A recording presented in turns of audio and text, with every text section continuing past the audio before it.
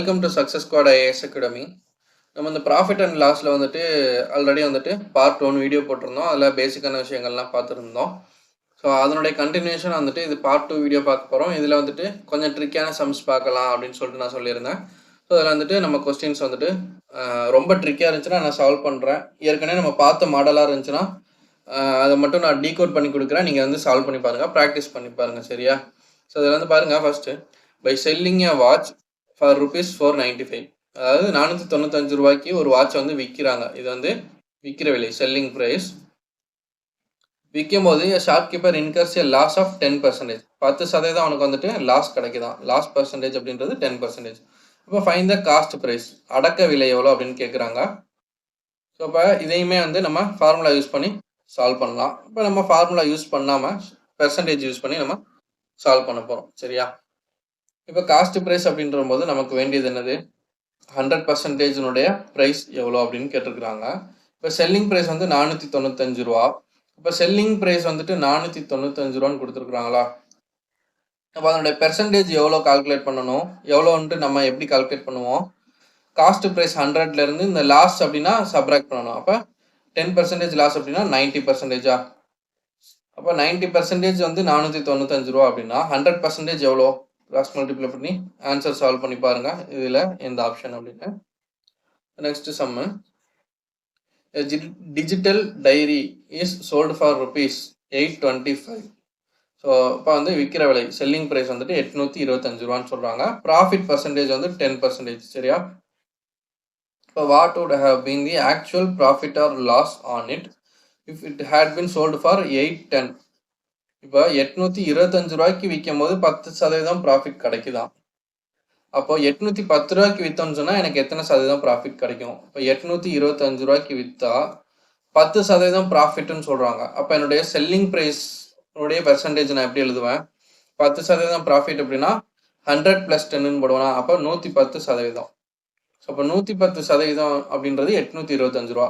அப்போ நான் 810 ரூபாய்க்கு விற்றேன்னு சொன்னால் எனக்கு எத்தனை சதவீதம் அப்படின்றது கிடைக்கும். சரியா? ஸோ நம்ம ப்ரீவியஸாகவே ஒரு சம் பார்த்தோம் இல்லையா? ஒரு இது வந்துட்டு 103 அப்படின்னு சொல்லிட்டு வந்திருக்கும். ஸோ அப்போ 3% ப்ராஃபிட் அப்படின்னு சொல்லிட்டு நம்ம கண்டுபிடிச்சிருந்துருப்போம் இல்லையா? ஸோ அதே மாடல் சம் தான் இது. ஸோ இதை வந்து கிராஸ் மல்டிப்ளை பண்ணிட்டீங்க அப்படின்னா 825 × x = 810 × 110ன்னு வரும். கரெக்டாக? ஸோ இதை வந்து நீங்கள் சால்வ் பண்ணிங்கன்னா எக்ஸனுடைய பெர்சன்டேஜ் கிடைக்கும். ஸோ இது வந்துட்டு 100க்கு அதிகமாக இருந்துச்சுன்னா எவ்வளோ அதிகமாக இருக்குதோ அதை வந்து ப்ராஃபிட் பர்சன்டேஜ்னு போடுங்க. 100க்கு கம்மியாக இருந்துச்சுன்னா எவ்வளோ கம்மியாக இருக்குதோ அதை கால்குலேட் பண்ணி லாஸ் பர்சன்டேஜ்னு போடுங்க. சரியா? So next, by selling watches for rupees 63. 63 ரூபாய்க்கு ஒருத்தர் வந்துட்டு வாட்சை வந்து விற்கிறாரு. Selling price. Shopkeeper gains 5% profit. Gain அப்படின்னா ப்ராஃபிட். சரியா? ஸோ ப்ராஃபிட் பர்சன்டேஜ் வந்து 5%. அப்போ at what price should he sell the watches to gain 10%? அதாவது அவன் 63 ரூபாய்க்கு விற்கும் போது ப்ராஃபிட் வந்துட்டு 5%ன்னு சொல்கிறாங்க. அப்போ அவன் எத்தனை ரூபாய்க்கு விற்றா அவனுடைய ப்ராஃபிட் பர்சன்டேஜ் வந்து 10%ஆக கூடும் அப்படின்னு கேட்குறாங்க. அப்போ அந்த 63 ரூபா அப்படின்றது செல்லிங் ப்ரைஸ் இல்லையா? ஸோ அந்த 63 ரூபா அப்படின்றது எனக்கு எத்தனை சதவீதம்? ப்ராஃபிட் வந்து 5% அப்படின்னா இந்த செல்லிங் ப்ரைஸினுடைய விலை எவ்வளவா இருக்கும்? 100 + 5 105% சொல்லுவோமா? ஸோ அப்போ 10% ப்ராஃபிட் அப்படின்னா நம்ம எப்படி எழுதுவோம்? 110%ன்னு சொல்லுவோமா? ஸோ அப்போ 110% அப்படின்றது எனக்கு எவ்வளோ அப்படின்ட்டு கேட்குறாங்க. ஸோ அதை கிராஸ் மல்டிப்ளை பண்ணிங்கன்னா இதனுடைய இந்த எக்ஸனுடைய வேல்யூ என்னவோ அதுதான் வந்து ஆன்சர். சரியா? Next, a man sold an article at 10% profit. ஒரு பொருளை வந்துட்டு 10% ப்ராஃபிட்க்கு வந்து விற்கிறாரு. Had it been sold for rupees 100 more. So 100 ரூபா எக்ஸ்ட்ரா நம்ம விற்றோம்னு சொன்னால் நமக்கு 15% வந்து ப்ராஃபிட் கிடைக்கும். இதே மாதிரி சம் நம்ம ஆல்ரெடி பார்த்தோமா? ஸோ அப்போ அதனுடைய காஸ்ட் ப்ரைஸ், அடக்க விலை என்ன அப்படின்னு கேட்குறாங்க. ஃபர்ஸ்ட் என்ன, 10% ப்ராஃபிட் கிடைக்குது அப்படின்ற போது மொத்தமாக அந்த செல்லிங் ப்ரைஸினுடைய விலை என்ன எழுதுவோம்? 110% போடுவோம். ஸோ செல்லிங் ப்ரைஸ் அப்படின்றது 110%. நான் 100 ரூபா எக்ஸ்ட்ரா வச்சு விற்கிறேன். சரியா? 100 ரூபா எக்ஸ்ட்ரா வச்சு விற்கும் போது எனக்கு கெயின் எவ்வளோ கிடைக்குது? 15% அப்படின்ற போது காஸ்ட் ப்ரைஸ் அப்படின்றது 115%. ஸோ இந்த 110 கூட 15 ஆட் பண்ணிடக்கூடாது. எப்போவுமே ப்ராஃபிட்டும் சரி லாஸும் சரி காஸ்ட் ப்ரைஸ் 100லேருந்து தான் நம்ம கால்குலேட் பண்ணணும். அப்போ 100லேருந்து 15 கூட்டினா 115%. ஸோ அப்போ இது ரெண்டுக்கும் உண்டான அந்த டிஃப்ரென்ஸ் எவ்வளோ பெர்சன்டேஜ் டிஃப்ரென்ஸு 110க்கும் 115க்கும் உள்ள டிஃப்ரென்ஸ் வந்துட்டு 5%. ஸோ அந்த விலையை பேஸ் பண்ணி பார்த்தோம்னா 100 ரூபா. ஸோ இப்போ அந்த 100 ரூபா கூட்டுறதுனால தான் நமக்கு வந்துட்டு இந்த 5% கூடுது அப்படின்ற போது 5% 100 ரூபா. நமக்கு காஸ்ட் ப்ரைஸ் அடக்க விலை கேட்டிருக்காங்களா? ஸோ அப்போ 100% எவ்வளோ? So X. ஸோ அப்போ 5% எப்படி 100% மாறும்? இன்ட்டு 20 போட்டால் 5 × 20 100%. அதே மாதிரி 100 × 20 ஸோ 2,000 அப்படின்னு வரும். ஆப்ஷன் டி தான் ஆன்சராக வரும். சரியா? ஸோ ரொம்ப ஈஸியான சம்மு. 1 நிமிஷத்துக்கும் கம்மியாக நம்ம வந்து இந்த ப்ராஃபிட் அண்ட் லாஸ் சம்ஸ்லாம் வந்து சால்வ் பண்ணிட முடியும். சரியா? நெக்ஸ்ட் வந்துட்டு a machine is sold at a loss of 10%. 10% லாஸ்ட்ல வந்து விற்கிறாங்க. சரியா? நஷ்டத்தில் விற்கிறாங்க. had it been sold at a profit of 15%, 15% லாபத்தில் விற்றாங்கன்னு சொன்னால் it would have fetched 100 rupees more. So எனக்கு 100 ரூபா எக்ஸ்ட்ரா கிடைக்கும் அப்படின்ற போது காஸ்ட் ப்ரைஸ் என்னன்னு கேட்குறாங்க. ஸோ லாஸ்ட் சம் மாதிரியே தான். இப்போ ஃபர்ஸ்ட் என்ன, ஒரு மிஷினை வந்துட்டு 10% லாஸ்ட்ல விற்கிறாங்க அப்படின்ற போது 10% லாஸ்ட்ல என்ன பண்ணுவோம், 100லேருந்து 10 கழிச்சோன்னு சொன்னால் 90%. ஸோ 90% என்னோட செல்லிங் ப்ரைஸ் அப்படின்றது 90% இருக்குது. நான் வந்து ப்ராஃபிட் 15% ப்ராஃபிட்டில் விற்றேன்னு சொன்னால் எனக்கு 100 ரூபா எக்ஸ்ட்ரா கிடைக்கும். அப்போ ப்ளஸ் 100. ஸோ 100 ரூபா எனக்கு எக்ஸ்ட்ரா நான் விற்கும் போது எனக்கு எத்தனை சதவீதம் ப்ராஃபிட்டு? 15% அப்படின்ற போது 100%லேருந்து 15% நம்ம ஆட் பண்ண போகிறோம். அப்போ 115% செல்லிங் ப்ரைஸ். ஸோ 90% இருந்து 115% கூடி இருக்குது அப்படின்ற போது எனக்கு எத்தனை சதவீதம் கூடி இருக்கும்? 25% கூடி இருக்குது. எப்போ? நான் 100 ரூபாயை ஆட் பண்ணும்போது. அப்போ 25% 100 ரூபா அப்படின்னா 100% எவ்வளோ? ஸோ அதே மாதிரி இன்ட்டு 4 போட்டால் 25 × 4னா 100. அதே மாதிரி 100 × 4னா 400. சரியா? ஸோ வந்து ஆப்ஷன் சி 400. ரொம்ப ஈஸியான சம்ஸ். நெக்ஸ்ட் வந்துட்டு a machine costs rupees 375 அப்படின்னா காஸ்ட் ப்ரைஸ் வந்துட்டு 375. if it is sold at a loss of 20%, அதை வந்து 20% லாஸ்ட்ல விற்றோம்னு சொன்னால் அதனுடைய காஸ்ட் ப்ரைஸ் வந்துட்டு செல்லிங் ப்ரைஸை பொறுத்த வரைக்கும் எத்தனை சதவீதமாக இருக்கும்? சரியா? இதுதான் கொஞ்சம் ட்ரிக்கான கொஸ்டின். இப்போ காஸ்ட் ப்ரைஸ் வந்துட்டு 375 சொல்லிட்டாங்க. காஸ்ட் ப்ரைஸ் அப்படின்றத நம்ம எப்பவுமே எத்தனை எடுத்துப்போம்? 100%ன்னு எடுத்துப்போம். எவ்வளோ? 375. இப்போ அதே வந்துட்டு ஒரு 20% லாஸ்ட்ல நம்ம விற்றோம்னு சொன்னால், ஸோ லாஸ்ட்ல விற்கிறோம். சரியா? இப்போ செல்லிங் ப்ரைஸ் அப்படின்ற போது நம்ம எத்தனை சதவீதம் போடுவோம்? 20% லாஸ் அப்படின்னா 80%. ஸோ இப்போ நமக்கு செல்லிங் ப்ரைஸ் வந்துட்டு இதுலேருந்து கிடச்சிருமா? ஸோ இந்த இதுலேருந்து செல்லிங் ப்ரைஸ் வந்து கண்டுபிடிங்க. ஸோ கண்டுபிடிச்சி what will be its cost price as a percentage of selling price அப்படின்னு கேட்டிருக்கிறாங்க. இதை நான் வந்து பெர்சன்டேஜ் சாப்டரை வந்து ரீகால் பண்ண போகிறேன் இதில். ஸோ ஃபஸ்ட்டு இதுலேருந்து எக்ஸ் கண்டுபிடிங்க. 100 × எக்ஸ் = 80 × 375 போடுவோமா? இப்போ 1 0க்கு 1 0 கேன்சல். 2 டேபிள் அடித்தா 4 5. இது 5 டேபிள் அடித்தோம்னு சொன்னால் 7 5 are 35.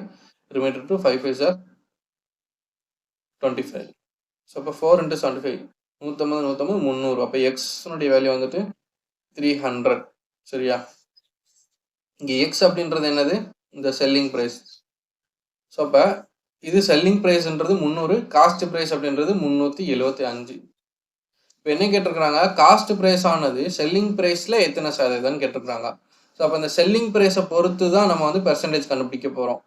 இதான் வந்து இங்கே ரெஃபரன்ஸாக நம்ம யூஸ் பண்ண போகிறோம் அப்படின்ற போது ரெஃபரன்ஸாக யூஸ் பண்ணுற வேல்யூவை நம்ம வந்து என்ன பண்ணுவோம்? டினாமினேட்டரில் போடுவோமா? ஸோ செல்லிங் ப்ரைஸை பொறுத்து காஸ்ட் ப்ரைஸ் எத்தனை சதவீதம் அப்படின்னு கேட்குறாங்க. எத்தனை சதவீதம் அப்படின்றதுக்கு இன்ட்டு 100 போடுறோம். ஸோ அப்போ இங்கே வந்து காஸ்ட் ப்ரைஸ் எவ்வளோ? 375. செல்லிங் ப்ரைஸ் எவ்வளோ? 300 × 100. 0 0 கேன்சல். இது 3ஆல் அடித்தா 1 3 2s are 6. Reminder 115. 5 3s are 15. அப்போ 125%. சரியா? இப்படி தான் வந்துட்டு சால்வ் பண்ணணும். இதை வந்துட்டு பெர்சன்டேஜ் சாப்டரில் நான் ஒரு டைப் சொல்லியிருந்திருப்பேன். Is value divided by of value into 100 அப்படின்னு சொல்லியிருந்திருப்பேன். ஞாபகம் இருக்குதா? Is value divided by of value into 100ன்னு சொல்லியிருந்திருப்பேன். ஸோ ஏன் அப்படி சொல்லியிருந்திருப்பேன் அப்படின்னா, இஸ் வேல்யூ அப்படின்றது இந்த cost price what will be its cost price அப்படின்றது காஸ்ட் ப்ரைஸ் வந்து எவ்வளோ இருக்கும் அப்படின்னு கேட்குறாங்க. ஸோ அதான் வந்து இஸ் வேல்யூ. வந்து இதுக்கு பக்கத்தில் அந்த கொஸ்டின்லாம் இஸ்ன்னு கொடுத்துருப்பாங்க. இப்போ 20 இஸ் வாட் பர்சன்டேஜ் ஆஃப் 30 அப்படின்னு கொடுத்துருப்பாங்க. அப்போ இந்த இஸ்ஸுக்கு பக்கத்தில் உள்ள வேல்யூ வந்துட்டு நியூமரேட்டரில் போடணும். ஆஃப்க்கு பக்கத்தில் உள்ள வேல்யூ ஆஃப் 13 இருக்குது, ஆஃப்ல உள்ள வேல்யூ வந்துட்டு டினாமினேட்டரில் போடணும்னு சொல்லியிருக்கேன்.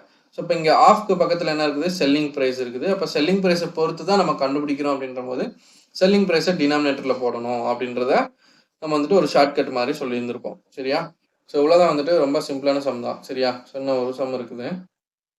இது பாருங்க, a trader buys oranges at 7 for a rupee.